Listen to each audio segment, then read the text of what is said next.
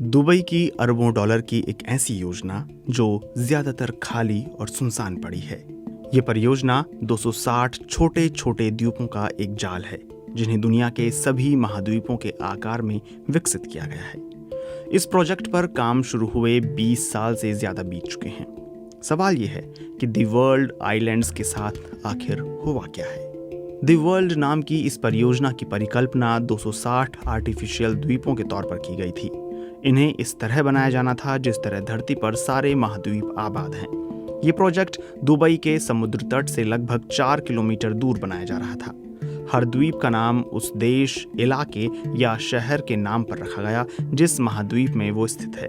इस परियोजना के तहत प्राइवेट कंपनियों को इन द्वीपों पर तमाम सुविधाओं जैसे कि होटल, रेस्टोरेंट, रिजॉर्ट या बंगलो, कोठियों का विकास करना था। उम्मीद ये लगाई गई थी कि इससे दुबई आने वाले सैलानियों की तादाद में बढ़ोतरी होगी। इस परियोजना का ऐलान 2003 में दुबई के शासक शेख मोहम्मद अल मखदूम ने किया था। सरकार से मदद पाने वाली एक कंपनी नखील प्रॉपर्टीज ने द वर्ल्ड पर 2003 में ही काम शुरू कर दिया था। इस कंपनी ने पाम जुमेराह के नाम से एक बनावटी द्वीप विकसित भी किया। इन द्वीपों को फारस की खाड़ी के समुद्र तल से 32.1 करोड़ घन फुट रेत निकालकर बनाया गया था। पर्यावरणविद कहते हैं कि समुद्र की तलहटी से रेत की खुदाई किए जाने से फारस की खाड़ी में मूंगे की चट्टानों को काफी नुकसान पहुंचा है। नखील प्रॉपर्टीज ने उन्हें फिर से बनाने और मूंगों को दोबारा आबाद करने के लिए समुद्री जीव वैज्ञानिकों की सेवाएं ली थीं। नखील प्रॉपर्टीज ने इन आर्टिफिशियल द्वीपों और आसपास के समुद्री इलाके का निर्माण 2008 में पूरा कर लिया था। लेकिन फिर अमेरिका से शुरू हुए वित्तीय संकट ने दुबई को भी अपनी चपेट में लिया और इसका असर 2010 तक रहा।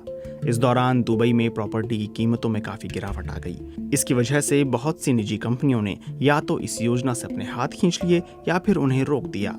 खुद नखील प्रॉपर्टीज के ऊपर भी अरबों डॉलर का कर्ज चढ़ गया। द वर्ल्ड की बनावट पर बड़ा काम करने के लिए नखील प्रॉपर्टीज अब ठेकेदार तलाश रही है। इस परियोजना के तहत सभी 260 द्वीपों को महाद्वीपों के तौर पर एक दूसरे से जोड़ा जाएगा। मूल रूप से तो द वर्ल्ड के हर द्वीप के लिए पानी और बिजली की अपनी अलग सुविधा होनी थी, लेकिन ये बहुत महंगा और अव्यवहारिक विकल्प था।